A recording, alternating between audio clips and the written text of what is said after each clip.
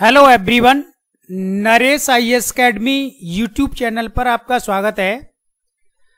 RAS मुख्य परीक्षा 2024 के लिए प्रश्न पत्र 1 पर कुछ मॉडल क्वेश्चंस तैयार किए गए हैं और इन मॉडल क्वेश्चंस के आंसर अभी हम डिस्कस करेंगे। इसके माध्यम से आप पेपर 1 की तैयारी को सटीक दिशा प्रदान कर सकते हैं। इसके पश्चात आप पेपर 1 की तैयारी के लिए अभ्यास हेतु क्वेश्चंस आप हमारी वेबसाइट नरेश आईएएस अकेडमी से प्राप्त कर सकते हैं।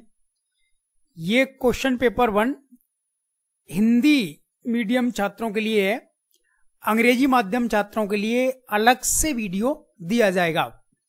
मेरा प्रयास ये है कि आरएएस मुख्य परीक्षा की तैयारी करने वाले छात्रों के लिए कुछ सहयोग इसमें किया जाए। उसी दिशा में ये मेरा प्रयास है।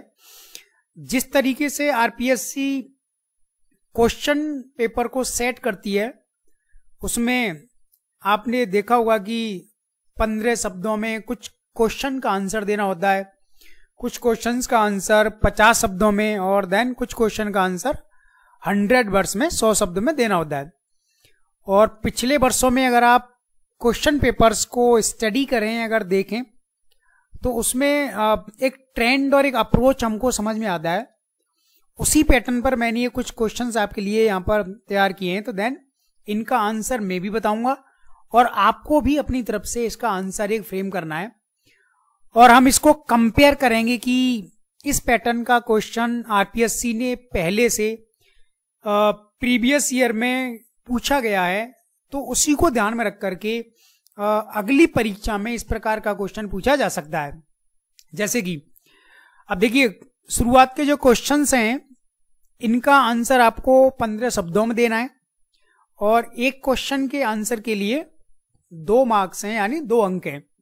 तो इस पैटर्न के questions RAS mains exam paper 1 यानी सभी पेपर्स में पूछे जाते हैं। अब क्वेश्चन नंबर 1 आप देखिए, यहां पर मंदिर निर्माण की देउला शैली की 2 विशेषताएं लिखिए। राइट, ये क्वेश्चन है प्रैक्टिस के लिए। अब ये क्वेश्चन इस पैटर्न पर बनाया गया है कि आरएएस मेंस 2021 में आरपीएससी ने क्वेश्चन पूछा है कि मंदिर निर्माण की राजसिंह शैली की विशेषताएं लिखिए। तो अगर वो राजसिंह शैली की विशेषताओं के बारे में पूछ चुका है 2021 में, तो देन 2024 में इस टाइप का क्वेश्चन आ सकता है। आप पिछले वर्षों के क्वेश्चन पेपर को लगातार स्टडी करें, उनका अध्ययन करें और उसकी दिशा और ट्रेंड को समझने का प्रयास करें। तो देन इसका आंसर आपने मन में सोच लिया होगा क्या आंसर होना चाहिए। तो इसमें सिर्फ आपको 2 विशेषताएं लिखनी है, क्योंकि ये 2 अंक का ही क्वेश्चन है।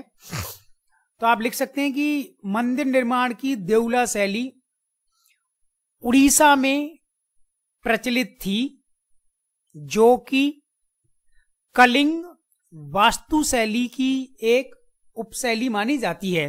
राइट, एक विशेषता ये हुई।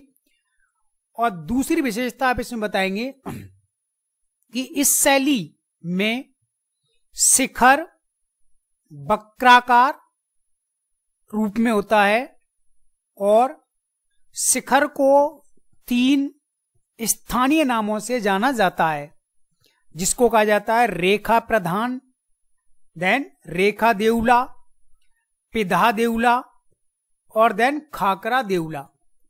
तो ये 2 मुख्य विशेषता हैं देउला शैली की, जो आप इसको लिख सकते हैं। अब इसमें आपको और भी कुछ जानना चाहिए कि देउला शैली का विकास उड़ीसा में उत्तर भारत की नागर शैली के अंतर्गत हुआ और यह शैली उड़ीसा में, जब आप देखते हैं कि वहां पर पूर्वी गंग वंश के राजाओं ने शासन किया, उसके बाद गजपति वंश के राजा आते हैं, तो उन राजाओं ने इस शैली का विकास किया है। और कौन कौन से मंदिर इस शैली में बनाए गए हैं, तो आप उनके नाम लिख सकते हैं। तो मेरी सलाह यही है कि आप इसको ओवरऑल पढ़ करके जाएंगे। अब इस शैली का बहुत डिटेल में डिस्क्रिप्शन आपको चाहिए, इस पर और क्या क्या क्वेश्चन बन सकते हैं, तो वो जो मैं प्रैक्टिस क्वेश्चन आपके लिए प्रोवाइड करूंगा वेबसाइट से, आप उनको वहां से प्राप्त करेंगे, राइट। अब देखिए दूसरा जो क्वेश्चन है, दूसरा प्रश्न आपके सामने है, इजारा प्रथा का महत्व स्पष्ट कीजिए। इजारा प्रथा का महत्व स्पष्ट कीजिए, ये क्वेश्चन है, इसका आंसर आपको देना है 15 शब्दों में। अब ये क्वेश्चन क्यों बनाया गया है, आप देखिए कि आरएएस मेंस 2023 में आरपीएससी ने पूछा है तिनकठिया पद्धति, तो तिनकठिया पद्धति की विशेषताओं को आपको इसमें लिखना था। जो भी आपके पास इंफॉर्मेशन है, तिनकठिया क्या है, कब लागू हुआ, ब्रिटिश भारत के कौन से भाग में इसको प्रचलित किया गया, और इसको लागू करने के पीछे अंग्रेजी सरकार का उस समय क्या उद्देश्य था, राइट। तो आपने ये सब ऑलरेडी पढ़ लिया होगा, ऐसी मैं आशा करता हूं। तो इसी पैटर्न पर देन ये क्वेश्चन ही हो सकता है। और भी काफी सारे इकोनॉमिक सिस्टम हैं जो अंग्रेजी सरकार ने भारत में लागू किए थे, तो उसमें से एक क्वेश्चन मैंने यहां पर लिखा है, इजारा प्रथा का महत्व स्पष्ट कीजिए। तो देन इंग्लिश में इसको कॉन्ट्रैक्ट फार्मिंग कहते हैं।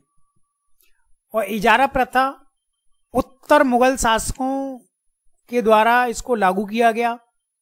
बाद में उत्तर मुगल शासकों को ईस्ट इंडिया कंपनी ने प्रतिस्थापित किया, रिप्लेस किया, और बंगाल के पहले गवर्नर जनरल वॉरेन हेस्टिंग्स ने बंगाल क्षेत्र में अधिकतम राजस्व प्राप्त करने के लिए ट्रायल के रूप में प्रयोगात्मक तौर पर इस प्रथा को लागू किया था।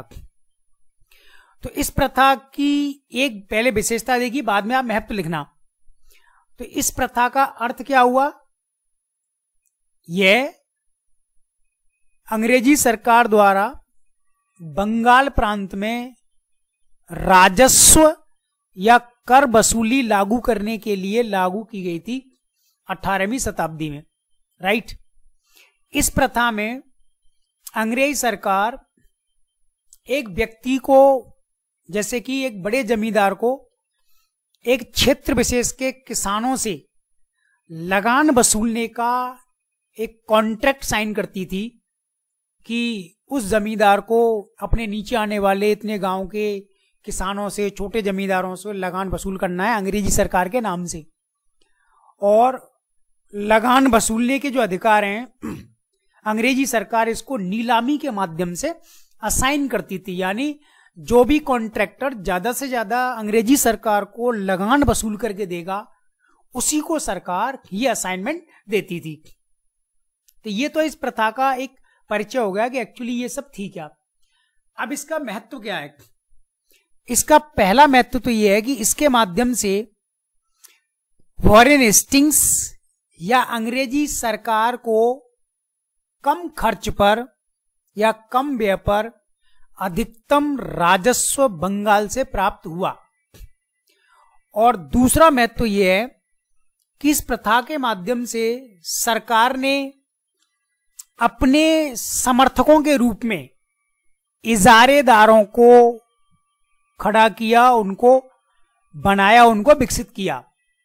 और इन्हीं इजारेदारों के माध्यम से बंगाल क्षेत्र में छोटे किसानों पर एक दबाव बनाया गया।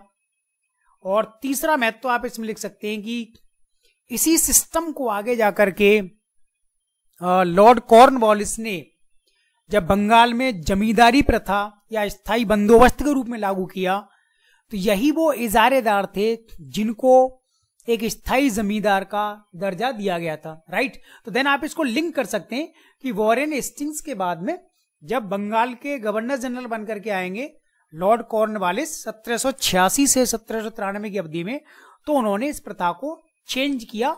लेकिन इसके जो फंडामेंटल थे उनमें काफी सारे बाद के सिस्टम में अपनाए गए थे, राइट। तो इस तरीके से आप इन दोनों को पढ़ करके जाएंगे अच्छे से। अब तीसरा क्वेश्चन देखिए, प्राचीन काल में शासन कला पर आधारित 2 ग्रंथों के नाम लिखिए। यह क्वेश्चन आपको इसका जवाब देना है, इसका आंसर लिखना है। अब इस क्वेश्चन को बनाया गया इस पैटर्न पर आरएएस मेंस 2016 में आरपीएससी ने क्वेश्चन पूछा है कि मुगल सम्राट अकबर के समय के 2 फारसी ग्रंथों के नाम लिखो। तो अकबर के समय के 2 ग्रंथों के नाम लिखवाएं और 2 नंबर का क्वेश्चन है, तो 2 ग्रंथों के नाम लिखने पर 2 में से 2 अंक मिल जाएंगे आपको। तो वैसे ही ये पूरा फैक्चुअल क्वेश्चन है। तो अगर ये क्वेश्चन पूछा जा सकता है कि शासन कला पर आधारित 2 ग्रंथों के नाम लिखिए, तो देन शासन कला मतलब स्टेट क्राफ्ट, तो आप लिख सकते हैं डायरेक्टली। फैक्चुअल तथ्यात्मक क्वेश्चन है, ऐसे तो आप याद करते ही हैं। पहला लिख सकते हैं कौटिल्य का अर्थशास्त्र, जो मौर्य काल में लिखा गया शासन कला का एक उत्कृष्ट ग्रंथ है। और दूसरा लिख सकते हैं आप कामंदक का नीतिसार, कामंदक का नीतिसार। तो देन ये 2 ग्रंथों को आप लिख सकते हैं, तो 2 में से 2 अंक आपको यहां पर मिलेंगे। क्वेश्चन नंबर 4 देखिए, सुलभ सूत्र का स्रोत एवं विषय वस्तु का उल्लेख कीजिए। ऐसा ही एक क्वेश्चन आरपीएससी ने पूछा है आरएएस मेंस एग्जाम 2018 में प्रस्थानत्रयी पर। तो प्रस्थानत्रयी क्या है और कौन कौन से ग्रंथों से मिलकर के यह बना है, तो देन आपने इसको पढ़ लिया होगा। सुलभ सूत्र का स्रोत एवं विषय वस्तु लिखनी है यहां पर। इस पैटर्न का एक क्वेश्चन बन सकता है। तो सुलभ सूत्र का स्रोत क्या है, कहां से आया है ये सूत्र, देन आप क्या लिखेंगे, सुलभ सूत्र का स्रोत है स्रोत सूत्र और इसकी विषय वस्तु है ज्यामिति, ज्योमेट्री। अर्थात सुलभ सूत्र यह बताता है कि प्राचीन काल में जब ब्राह्मण पुरोहितों के द्वारा यज्ञ आदि संपादित किए जाते थे, तो यज्ञशालाएं बनाने के लिए जिस ज्यामिति का प्रयोग किया जाता था उसका पूरा विवरण विस्तृत रूप में सुलभ सूत्र में मिलता है। और सुलभ सूत्र भाग है स्रोत सूत्र का, क्योंकि आप पढ़ते हैं कि हमारे जो वेदांग हैं, राइट, और वेदांग के अंतर्गत जैसे कल्प वेदांग आता है और फिर उसके आधार पर 3 प्रकार के सूत्र लिखे गए, स्रोत सूत्र, धर्म सूत्र और गृह सूत्र। तो स्रोत सूत्र के अंतर्गत इसका वर्णन आता है, राइट। तो ये एकदम फैक्चुअल क्वेश्चन है। देखिए जहां पर कंसेप्ट आपको लिखना है, विशेषताएं, महत्व, अगर वो आपने एग्जैक्टली नहीं लिखा तो 2 में से 2 नंबर नहीं आएंगे। अब ये जो फैक्चुअल क्वेश्चन है जैसा है आपने वैसे ही लिखा हुआ है, तो देन इसमें से फुल मार्क्स आ सकते हैं। क्वेश्चन नंबर 5 देखिए, 6ठी शताब्दी ईसा पूर्व में प्रचलित श्रमण परंपराओं का उल्लेख कीजिए। श्रमण ट्रेडिशन, तो आपने ये सब पढ़ा होगा हिस्ट्री में। अब ये क्वेश्चन बनाया है इस पैटर्न पर आरएएस में 2016 में ये पूछा गया है कि जैन और बौद्ध धर्म के अतिरिक्त 6ठी शताब्दी ईसा पूर्व में प्रचलित अनीश्वरवादी परंपराएं कौन कौन सी थी। तो देन आप पढ़ते होंगे कि जैन और बौद्ध धर्म अनीश्वरवादी हैं, क्योंकि ईश्वर के अस्तित्व के बारे में कोई स्पष्ट उल्लेख नहीं करते हैं और ब्राह्मणों के द्वारा उस पर यह आक्षेप है कि दोनों ही जैन और बौद्ध धर्म निरीश्वरवादी या अनीश्वरवादी है। अब इसके अलावा 6ठी शताब्दी से 5वीं शताब्दी ईसा पूर्व में और कौन कौन सी ऐसी परंपराएं उस समय लागू थी, इनको श्रमणिक ट्रेडिशन, श्रमण परंपराएं कहा जाता है। तो देन आप इनके नाम लिख सकते हैं। कई नाम आपने पढ़े होंगे, जैसे कि पूरण कश्यप का एक सिद्धांत आता है, लिख सकते हो आप। देन फिर आप लिख सकते हो कि मखली गोसाल, तो मखली गोसाल का जो सिद्धांत आता है उसके बारे में बता सकते हैं। और देन फिर लिखते हो पकुद कच्चायन, तो पकुद कच्चायन का जो सिद्धांत है उसके बारे में आपको लिखना चाहिए। और देन इसके बाद लिख सकते हो कि संजय बेलट्टी पुत्र का जो सिद्धांत है संदेहवाद, उसके बारे में लिख सकते हो। और फिर आप चारवाक का जो सिद्धांत है लोकायत फिलॉसफी, उसके बारे में लिख सकते हो। तो जैन और बौद्ध धर्म के अलावा भी 4 से 5 परंपराएं और हैं जो उस समय प्रचलित थी, जो ईश्वर के अस्तित्व में विश्वास नहीं रख सकते थे और ना ही वेदों की अथॉरिटी को मानते थे। इसलिए इनको नास्तिक, अनीश्वरवादी और श्रमण परंपराओं में रखा जाता है। तो देन ये पूरा तथ्यात्मक क्वेश्चन है, जितना पूछेगा उतना आप लिखोगे तो उतना ही मार्क्स आपको मिलेगा, ठीक है, क्योंकि इसमें कोई विशेषता और नहीं है।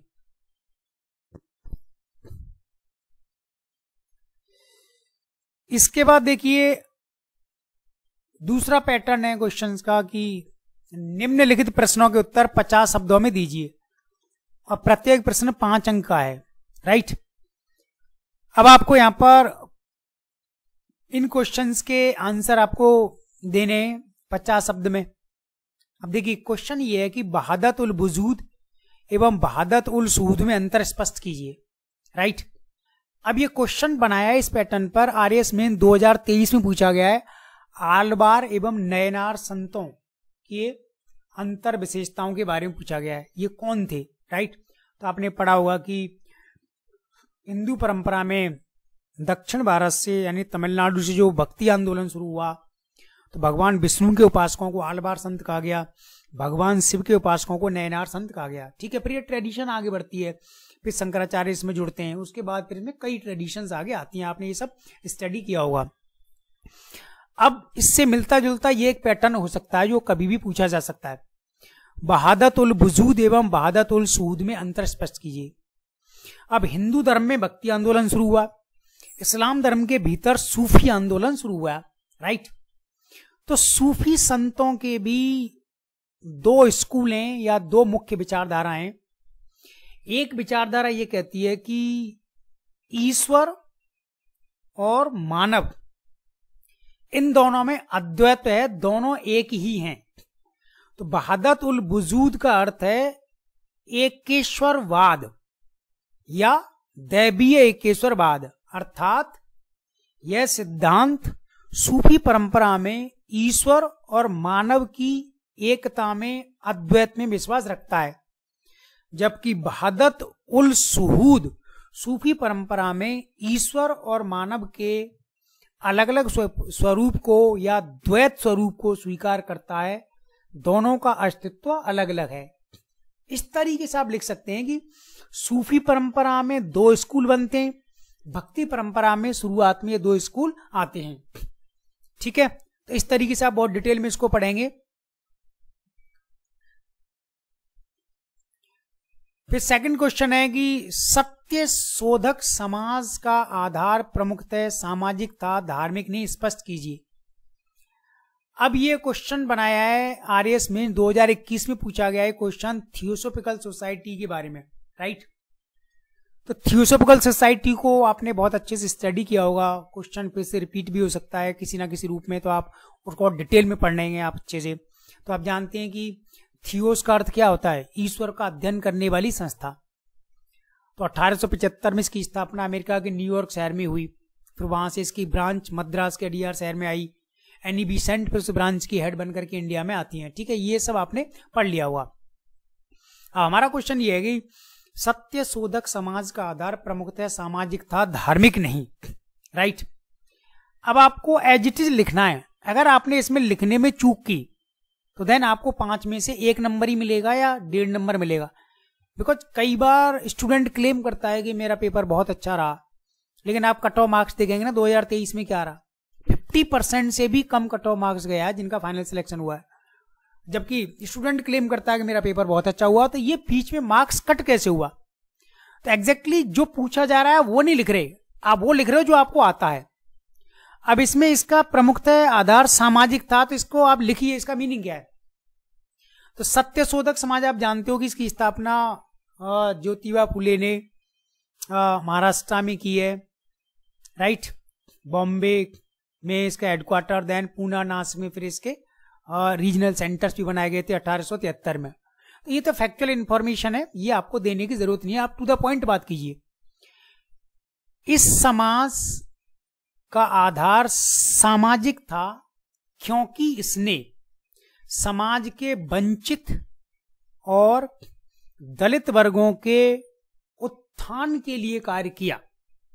समाज के सबसे कमजोर वर्ग या जिनको समाज में दलित या अस्पृश्य जातियां कहा जाता था, उनके सम्मान के लिए आंदोलन किया कि इनको भी ऊंची जातियों के समान सामाजिक प्रतिष्ठा, समानता और सामाजिक अधिकार मिलने चाहिए।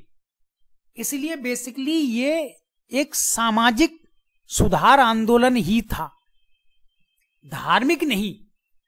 धार्मिक सुधार आंदोलन इसलिए नहीं था क्योंकि दलित भी हिंदू हैं और ऊंची जाति के महाराष्ट्र में रहने वाले ब्राह्मण भी हिंदू हैं। इसलिए हिंदू धर्म के भीतर ही एक उच्च वर्ग एक निम्न और दलित वर्ग को सुविधाओं से वंचित रखता है और उसे पूरी तरह से मानवीयता या मानवीय आधार प्रदान नहीं करता है। यद्यपि, फिर आप लास्ट में लिखो इसमें, यद्यपि इसमें कुछ अंश धार्मिक भी प्रतीत होता है क्योंकि इसके माध्यम से संस्कृतिकरण की एक प्रक्रिया हमको दिखाई देती है जिसमें निम्न जातियों ने उच्च जातियों के जैसे व्यवहार को अपनाया, क्योंकि हिंदू धर्म ऐसा मानता है कि उच्च जाति के लोगों को हिंदू धर्म में वंशानुगत या जन्म से ही अच्छा स्थान और सम्मान प्राप्त होता है। लेकिन लास्ट में सर आप लिखेंगे आप 2 लाइन में, मोस्टली जो पार्ट है आपको सामाजिक वर्ग पर ही लिखना है कि समाज में एक प्रॉब्लम ये थी, उसके लिए किया गया और निम्न जातियों की स्थिति को सुधारने के लिए भी इसने कार्य किया है। जैसे कि निम्न जातियों को शिक्षा कैसे प्रदान की जाए, उनके भीतर जो प्रचलित सामाजिक बुराइयां हैं उनको कैसे पहचाना जाए, फिर उनको दूर करने के निराकरण करने के लिए प्रयास किए जाए। तो बहुत डिटेल में है क्योंकि आपको 50 शब्द में लिखना है तो इसमें से सेलेक्टेड पॉइंट लिख सकते हैं, लेकिन आपका आंसर इस पर अडिग रहना चाहिए कि इसका आधार सामाजिक ही था, धार्मिक नहीं, राइट, तभी आपको मार्क्स मिलेंगे। अब देखिए नेक्स्ट क्वेश्चन है, मुगल चित्रकला में जहांगीर का योगदान स्पष्ट कीजिए।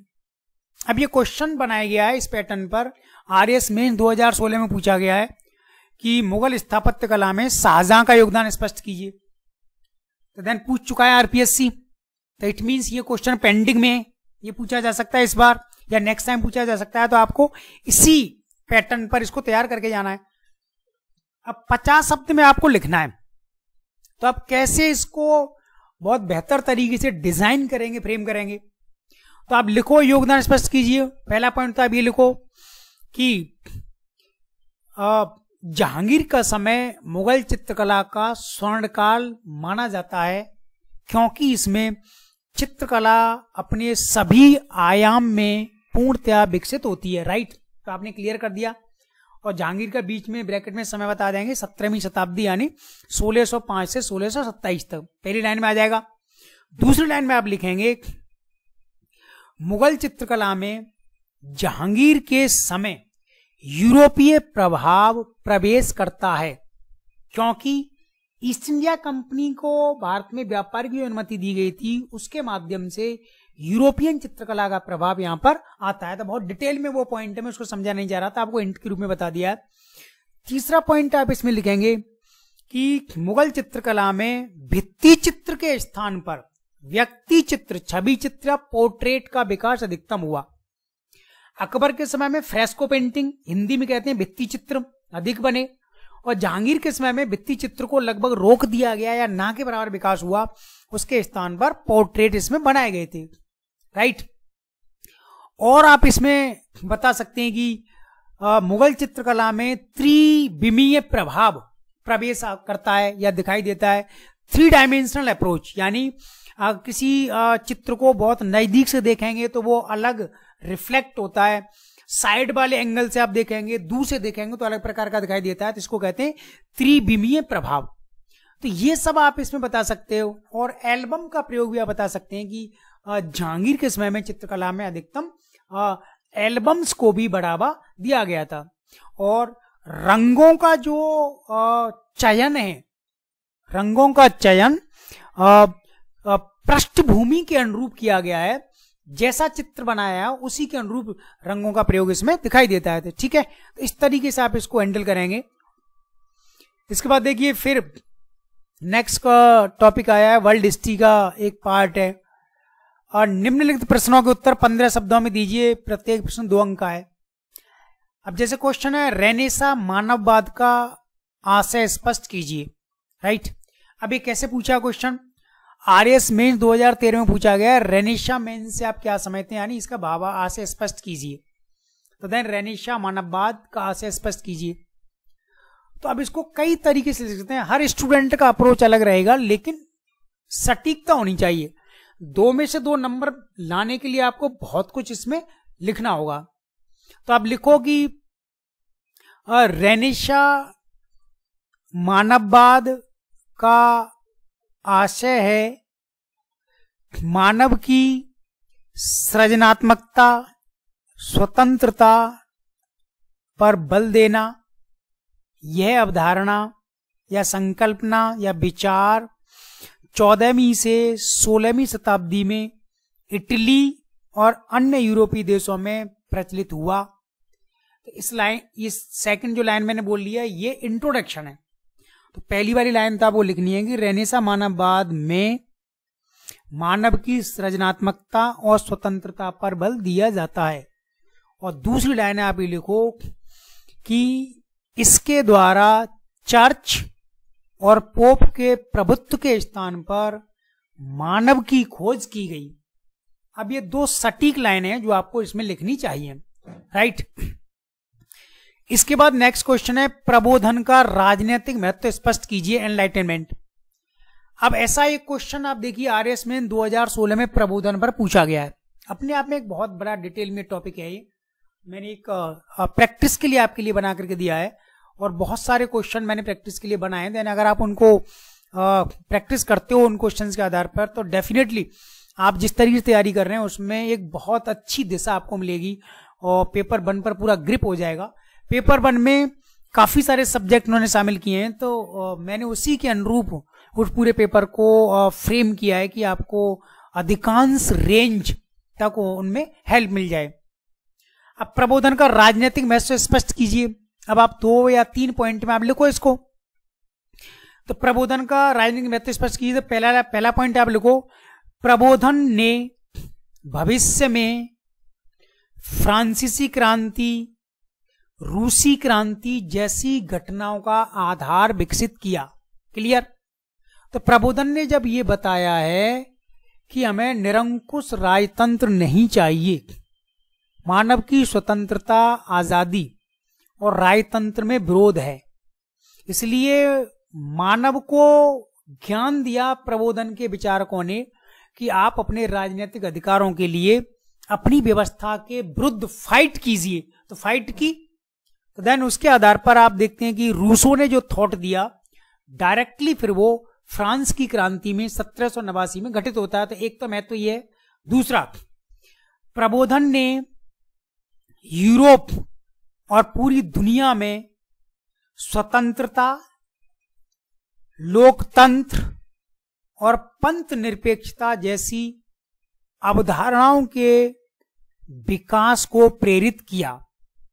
क्योंकि प्रबोधन ने जब ये बता दिया कि स्वतंत्रता ही मनुष्य की सबसे प्रमुख सृजनात्मक शक्ति है, इसको राजतंत्र कुचल नहीं सकता, इसको दबा नहीं सकता, सप्रेस नहीं कर सकता, और इसी प्रकार राजतंत्र के स्थान पर हमको लोकतंत्र चाहिए। और इसके बाद आप देखते हैं कि यूरोप के सभी देशों में क्रांतियां होती हैं, व्यवस्थाओं में बुनियादी परिवर्तन होता है, आंदोलन होते हैं, और फिर वहां पर लोकतंत्र की धीरे धीरे स्थापना होती है। तो ये राजनीतिक महत्व आप बता सकते हो, ठीक है।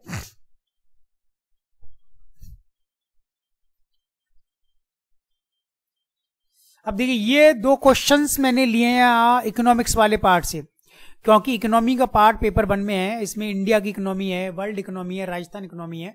एक्चुअली ये मुझे सिर्फ आपको एक गाइडलाइन के रूप में ये डिस्कशन करने का मौका मिला, और चूंकि आप जानते हैं कि हर चीज़ की एक लिमिट होती है, और सिर्फ मैं ये बताना चाहता था कि आप किस तरीके से प्रिपरेशन कर रहे हैं।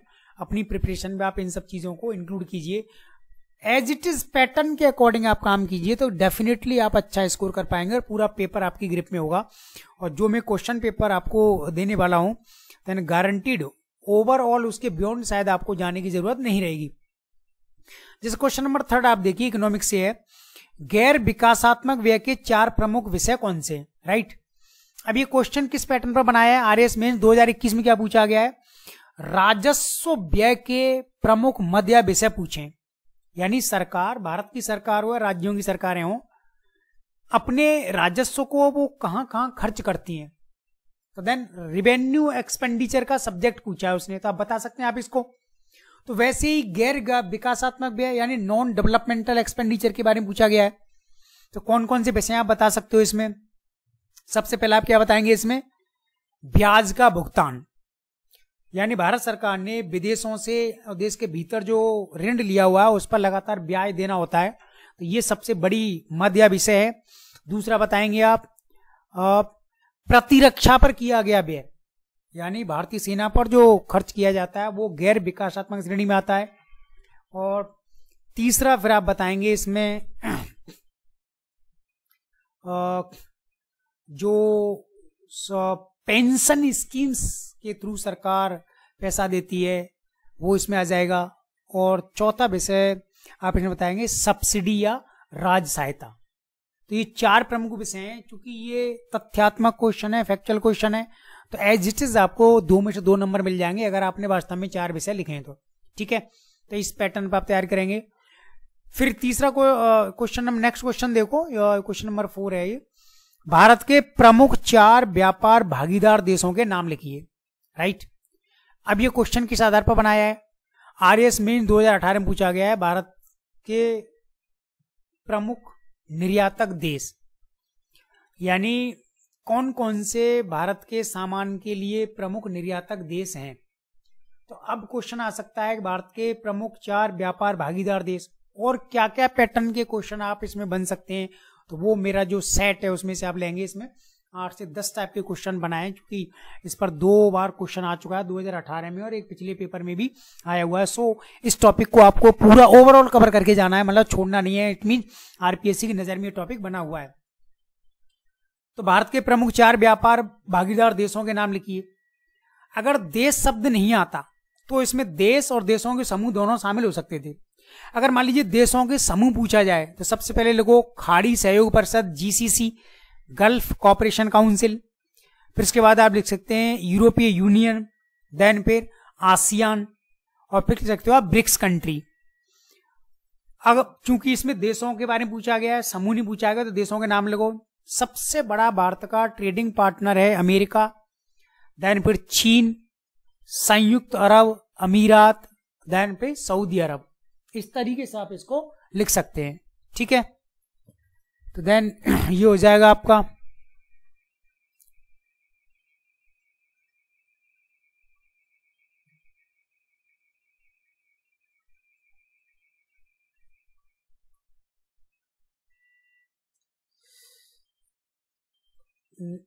नेक्स्ट क्वेश्चन है, ऋणात्मक मुद्रास्फीति का भावार्थ स्पष्ट कीजिए, निगेटिव इन्फ्लेशन।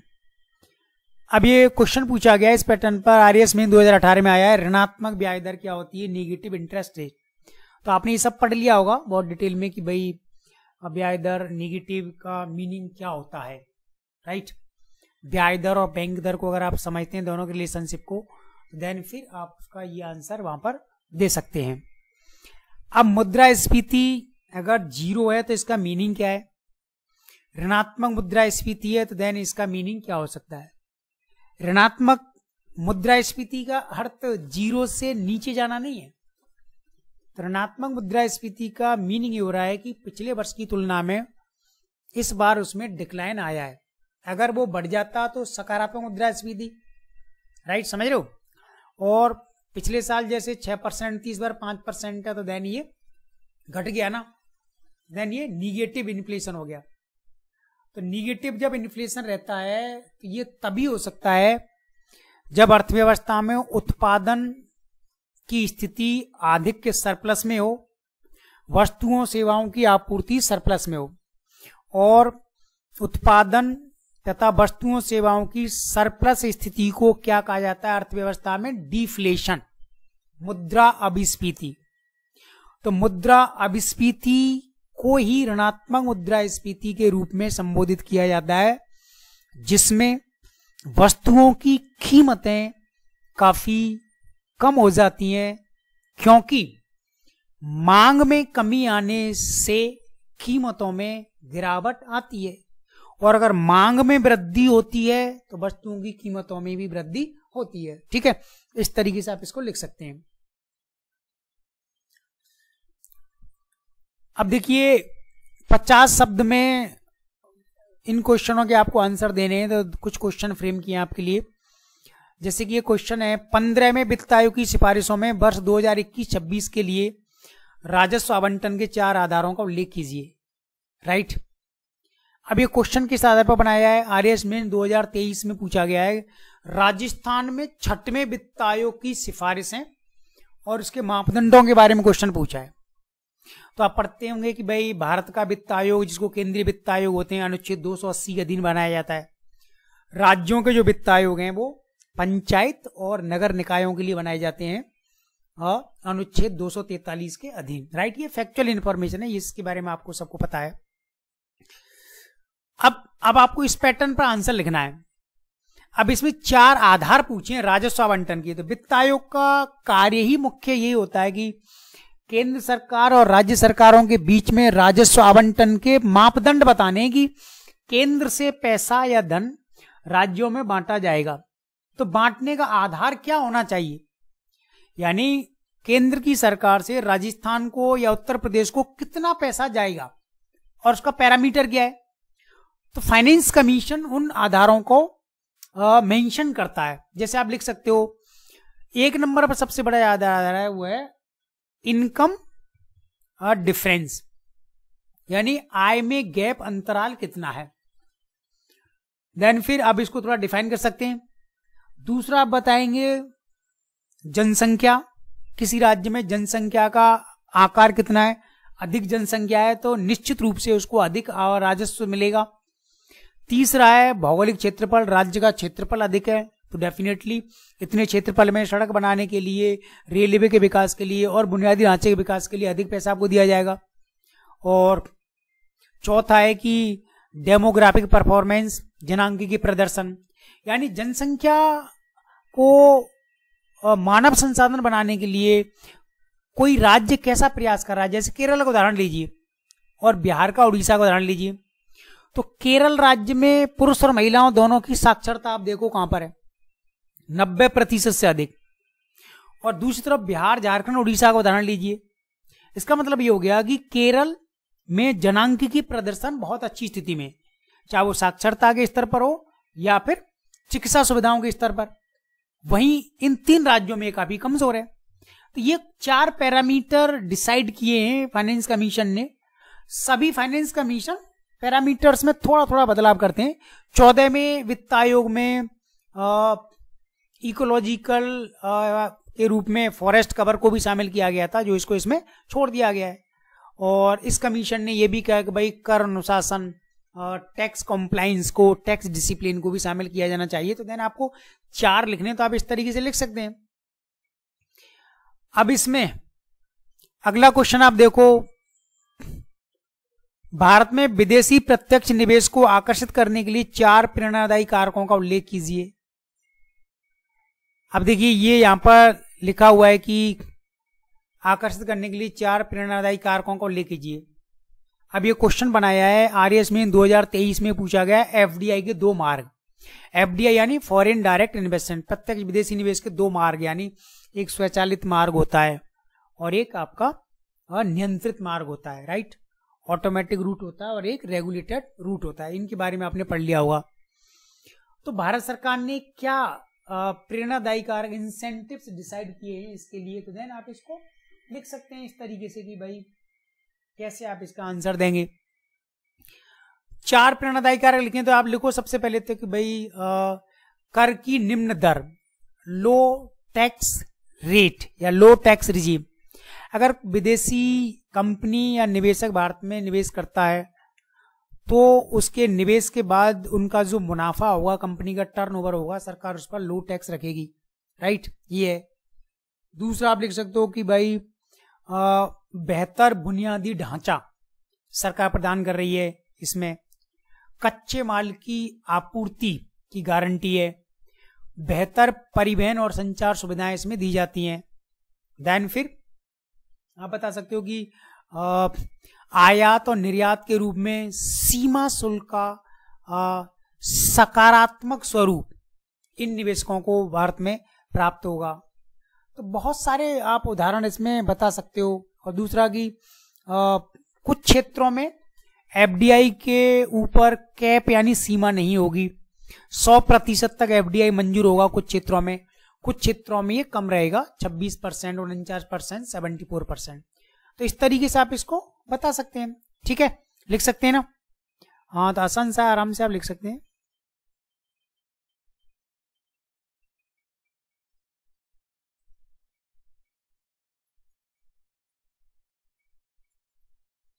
देन ये कुछ क्वेश्चन थे जो मैंने आपके प्रैक्टिस के लिए बनाए थे, तो आप इस आधार पर अपनी तैयारी को एक बार जांचिए गंभीर रूप से कि कहाँ आपसे एक्चुअली मिस्टेक इसमें हो रही है। और पेपर 1 पर नंबर ऑफ क्वेश्चंस बहुत ज़्यादा है, मैंने जो तैयार किए आपके लिए, आप उससे हेल्प लेना। तो और पेपर 1 के अलावा बाकी पेपर पर भी मेरी कोशिश जारी है कि आपको सेट दिए जाएँ, तो आप कॉन्टैक्ट करते रहना वेबसाइट के थ्रू। टेलीग्राम चैनल भी है नरेश IAS अकेडमी के नाम से। तो देन आपको काफ़ी सारा कंटेंट RAS मेंस एग्जाम की जो डेट आएगी उससे पहले मैं आपको प्रोवाइड करूंगा, ठीक है। धन्यवाद।